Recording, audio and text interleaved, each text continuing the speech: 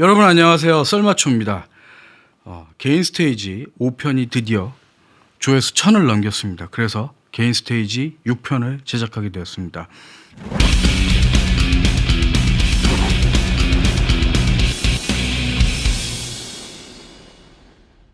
개인 스테이지 6편은 바로 트루피크 메터, 그 다음에 리미터와 클리퍼에 대한 내용으로 이루어져 있습니다. 자, 트루피크가 뭘까요? 자, TP라고 알려져 있습니다. I need TV for my bunghole. 그냥 트루피크라고 부르시면 안 되고 트루피크 미터라고 불러야 됩니다. 왜 트루피크 미터가 필요한지 우리가 그 이유를 알아야 됩니다. 무엇을 보기 위한 것일까요? 자, 우리가 아날로그 소리, 그러니까 제 목소리 같은 것을 다시 디지털로 변환을 시킵니다. AD 컨버터를 이용해서. 자, 16비트 컨버터를 예를 들어보면은 매우 그러니까 기본적인 컨버터라고 할 수 있죠. 우리 기본적인 CD의 음질로 갖고 있고, CD를 다시 우리가 그 아날로그로 들으려면은 DA 컨버전이 들어가야 돼요. DA 컨버터를 이용을 해야 된다는 얘기죠. 자, 그러면은 과연 DA 컨버전이 될 때 어떤 일이 발생을 할까요? 자, 그러면 16비트를 어떻게 이해를 해야 되냐면 간단합니다. 16비트, 24비트 우리가 이해를 못하는 분들을 위해서 제가 준비한 사진이 있습니다. 마인크래프트, 그렇죠? 자, 마인크래프트 보면 곡선이 거의 없어요. 전부 다 각져 있죠. 각져 있습니다. 저기 마인크래프트 세상과 마인크래프트 짐승들과 마인크래프트 사람들이 있는데 모두 각져 있고요. 자, 그 세계관을 이해하려면 노래만 들으면 됩니다. 어떻게 노래합니까? 주제가에 딱 한 소리면 들려요. 16-bit world라는 소리가 나옵니다. 자, 즉 16비트는 각져 있다라는 얘기예요. 자, 그것이 비트수, 즉 레졸루션이 높아지면 높아질수록 점점 더 그 각이 세밀해진다는 얘기겠죠. 자, 16비트는 그래서 이론적으로는 소리가 안 들리는 0에서부터 96까지의 단계를 갖고 있는데 우리가 그래서 다이나믹 레인지라고 부릅니다. 그것을 96dB의 다이나믹 레인지를 지니고 있습니다. 그런데 실제로 96데시벨을 만들어내지 못해요. 그 이유는 나중에 설명드릴게요. 이 디지털이 다시 아날로그로 변환될 때 그냥 이 각져 있는 상태로는 소리를 우리가 그대로 들을 수는 없어요. 그렇죠? 그러면 어떤 게 개입이 되냐면 바로 리컨스트럭션 필터라는 게 개입이 됩니다. 자, 리컨스트럭션 필터가 개입이 되기 때문에 그때부터 부드럽게 바꿔주는 거죠. 자, 그럼 리컨스트럭션 필터는 어떤 식으로 컨스트럭션, 재구성을 해나갈까요? 바로 저런 식입니다. 점을 저런 식으로 임의대로 만들어내는 겁니다. 즉 꼭지점에다가 이제 피크에다가 점을 찍어 놓는 거죠. 그것을 어떻게 부드럽게 이어줍니다. 자, 저게 바로 리컨스트럭션 필터가 하는 일이에요. 그리고 저런 두 개의 똑같은 레졸루션 사이도 저런 식으로 부드럽게 이어주게 돼 있죠. 그리고 나머지 저렇게 해서 그 곡선 그래프를 만들어줍니다. 그래서 우리가 CD를 들을 때 또는 MP3를 들을 때 부드럽게 소리를 들을 수가 있는 겁니다. 그런데 저 그래프를 볼 때 지금 약간 이해가 안 가는 구석이 좀 있습니다. 그게 뭘까요? 그렇죠? 가운데 두 개를 좀 보세요. 두 개의 레졸루션을 보면은 그렇죠? 분명히 다이나믹 레인지가 96까지인데 그렇죠? 네. 그런데 저 두 개를 부드럽게 이어주다 보니까 가운데가 볼록하게 솟았어요. 네. 자, 저런 걸 우리가 뭐라고 부르냐면 인터 샘플 피크라고 부릅니다. 자, 인터 샘플 피크는 녹음할 때는 큰 문제가 안 돼요. 왜냐하면은 우리 개인 스테이지 1편을 공부하신 분들은 절대 그렇게 레벨을 받을 리가 없다라는 거죠. 절대 그런 식으로 레벨을 무식하게 크게 받을 리가 없다라는 얘기예요. 마이너스 20dB FS로 레벨을 피크 미터를 보면서 레벨을 잡고 또는 VU 미터를 보고 0VU에 맞춰가지고 레벨을 잡고 또는 DBU를 보면서 0dBU나 플러스 4dBU 사이의 레벨을 보면서 녹음을 하기 때문에 그런 일이 생기지 않아요. 자, 믹싱도 마찬가지예요. 무식하게 0dB FS에 가게 믹싱을 하는 사람은 저희 개인 스테이지 영상을 보신 분들은 그런 분들은 안 계세요. 근데 어디서 저런 문제가 발생할까요? 바로 마스터링입니다. 자, 마스터링에 가면 이제 문제가 저 인터 샘플 피크의 문제가 발생을 하게 되는 거죠. 자, 지금 16비트의 예를 봤는데 그러면 이제 24비트의 예를 한번 보겠습니다. 자, 24비트는 아무래도 16비트보다는 좀 더 조밀하게 레졸루션이 들어가 있겠죠. 예, 2의 24승이라고 생각하시면 돼요. 자, 그래서 이득이 뭐가 있냐면 바로 다이나믹 레인지입니다. 16비트일 때는 96dB까지 다이나믹 레인지가 표현이 되는데 24비트일 때는 144dB까지 다이나믹 레인지가 표현이 됩니다. 굉장한 다이나믹 레인지죠. 근데 실제 우리 장비들이 144dB를 표현해 낼 수 있을까요? 없을까요? 당연히 없죠. 자, 경부고속도로가 새벽에 제가 지금 이게 새벽에 촬영을 하고 있는데 제가 지금 집에 가게 되면 차가 막히지 않아요. 그러면은 평소 규정 속도보다 조금 빠르게 카메라가 없으면 좀 빠르게 운전을 할 수도 있겠죠. 빨라봐야 몇 킬로입니까? 1, 20킬로 정도 늘어날 뿐입니다. 제가 슈퍼카를 타고 있으면 좀 더 빠를 수가 있겠죠. 자, 그래도 경부고속도로에 차가 없으면은 뭐 한 300까지도 나갈 수 있다고 봐요. 불법으로. 하지만 우리 차들은 그렇게 못 받쳐주죠. 마찬가지입니다. 다이나믹 레인지가 24비트가 됐다고 하더라도 현재 기계 장비, 음향 장비의 수준으로는 144dB를 맞춰줄 수 없습니다. 네. 뭐 여러 가지 요소가 있어요.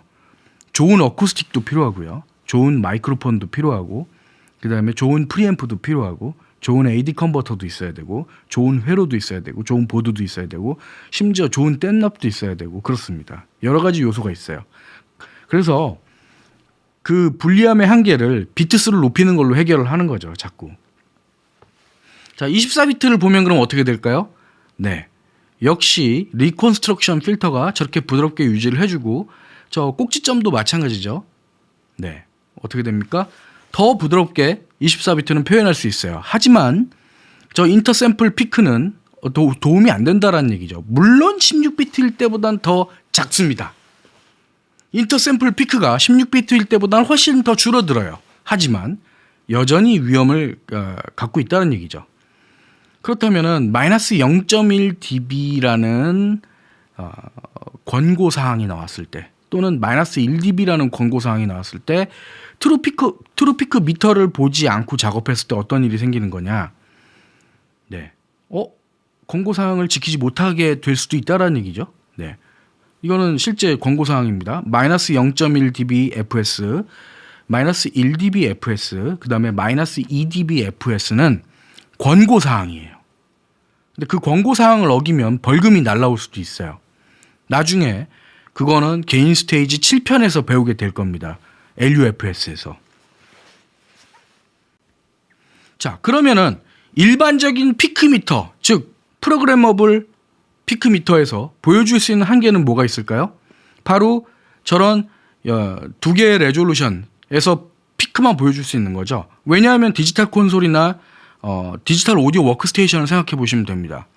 자, 디지털 콘솔에서 보여주는 미터는 DA 컨버팅 되기 이전을 갖다 보여주는 겁니다. 그렇기 때문에 인터샘플 피크, 인터샘플 피크가 나오기 이전만 보여주는 거예요. 예, 그냥 PPM이죠. 디지털 오디오 워크스테이션도 마찬가지입니다.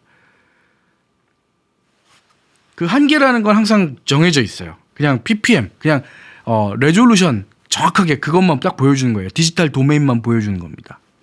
자, 그렇다면 트루피크미터가 보여줄 수 있는 한계는 무엇일까요? 바로 인터샘플 피크를 보여주는 겁니다. 매우 중요한 거죠. 자, 그래서 트루피크미터를 보기 위해서는 매우 좋은 트루피크미터 기능을 갖고 있는 그런 툴을 사용하셔야 돼요. 주로 소프트웨어도 있고 하드웨어로 나온 것도 있습니다. 가격 겁나 비싸요. 방송국에서는 하드웨어로 나온 걸 사용합니다. 하지만 여러분들은 소프트웨어를 사용하시겠죠. 여러 회사에서 트루피크미터를 볼 수 있는 장비들이 나옵니다. 주로 어디 붙어 있느냐? 마스터링 프로세서에서 이제 달려 있죠. 마스터링 프로세싱을 위한 트루피크미터가 있는 겁니다. 자, 그러면 그 인터샘플 피크, 자, 그 인터샘플 피크를 방지할 수 있는 장치는 무엇이 있을까요? 그렇죠?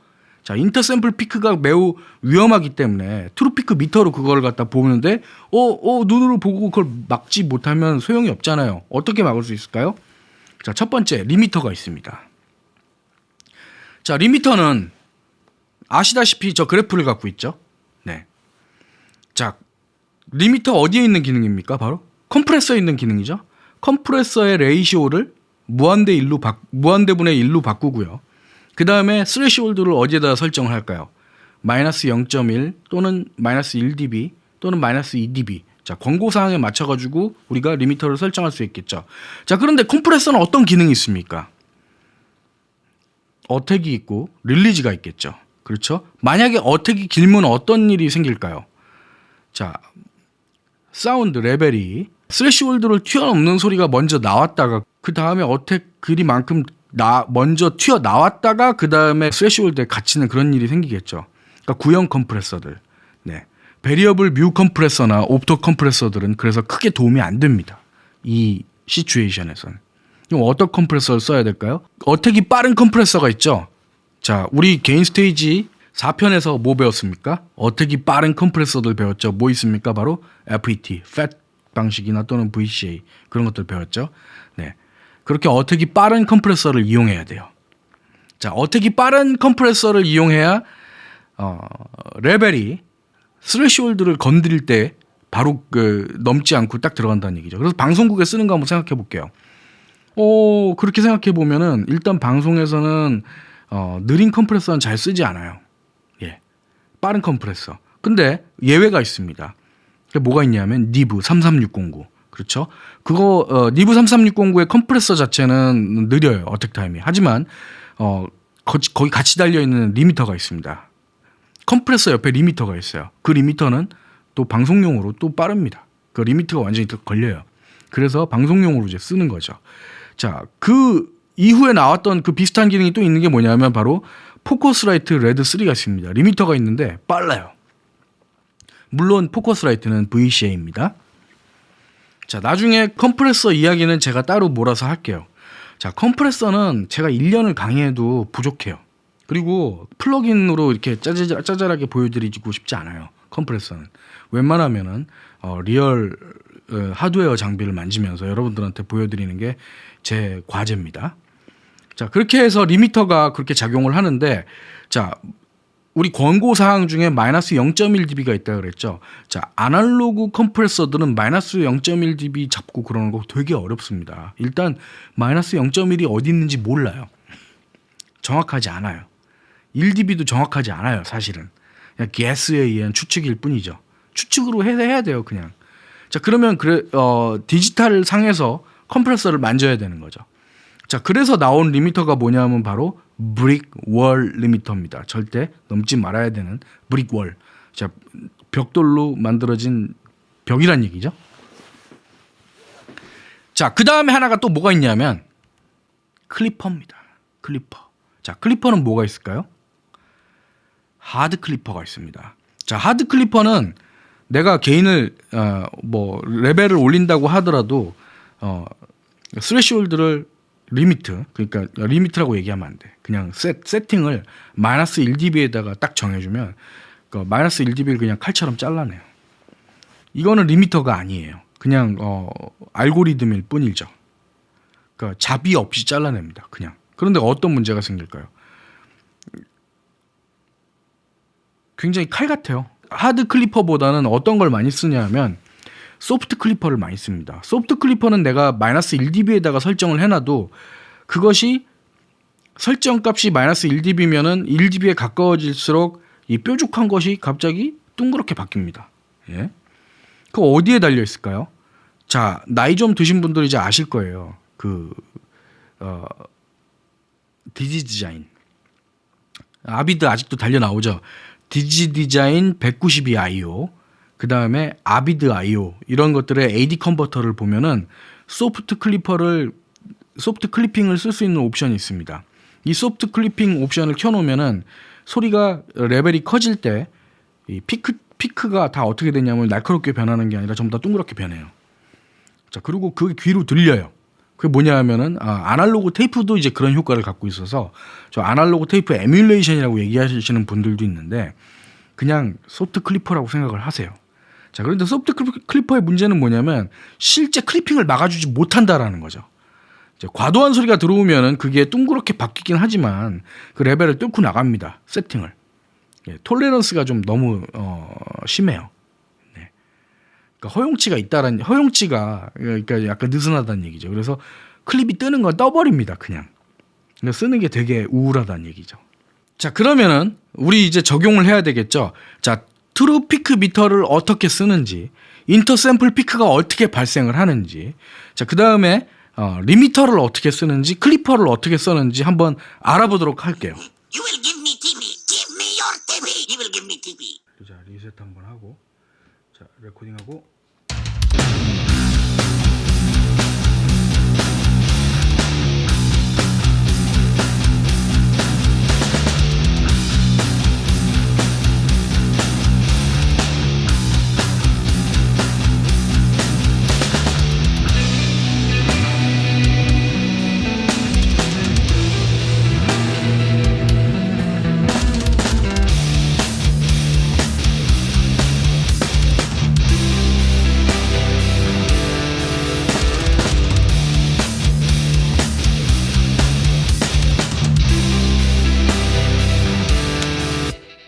아유, 제가 실수할 뻔했네요.